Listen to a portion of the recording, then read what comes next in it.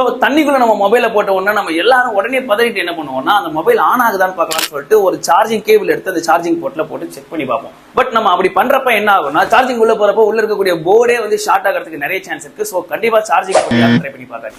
அடுத்தபடியா இன்னொரு மித்து இருக்கு. எல்லாருமே தண்ணியில போட்ட மொபைலை எடுத்துட்டு போயிட்டு ஒரு அரிசி பாக்கெட்டுக்குள்ள எடுத்து வச்சா போதும், அங்க இருக்கக்கூடிய தண்ணி எல்லாம் போயிடும், அதுக்கப்புறம் மொபைல் நல்லா ஒர்க் ஆகும்னு சொல்லி நினைச்சிட்டு இருக்காங்க. Scientifically wrong. இது கண்டிப்பா ஒர்க் அவுட் ஆகாது.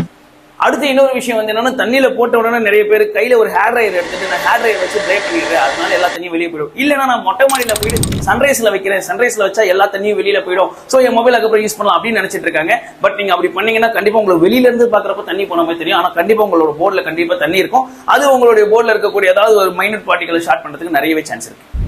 சோ நீங்க தண்ணியில போட்ட மொபைல என்ன பண்ணணும்னு சொல்லிக்கிறீங்கன்னா உங்க வீட்டு பக்கத்துல இருக்கக்கூடிய ஒரு நல்ல சர்வீஸ் சென்டர்ல எடுத்துட்டு போய் கொடுங்க. அவங்க அந்த மொபைலை மொத்தத்தையும் டிஸ்மேண்டில் பண்ணி உள்ள இருக்கக்கூடிய எல்லா தண்ணியையும் ப்ளோயரை வச்சு ஹீட் பண்ணி எல்லாத்தையும் ரிமூவ் பண்ணி கொடுத்துருவாங்க. ஒன்ஸ் அப்படி பண்ணிட்டாங்கன்னா அதுக்கப்புறம் உங்க மொபைல்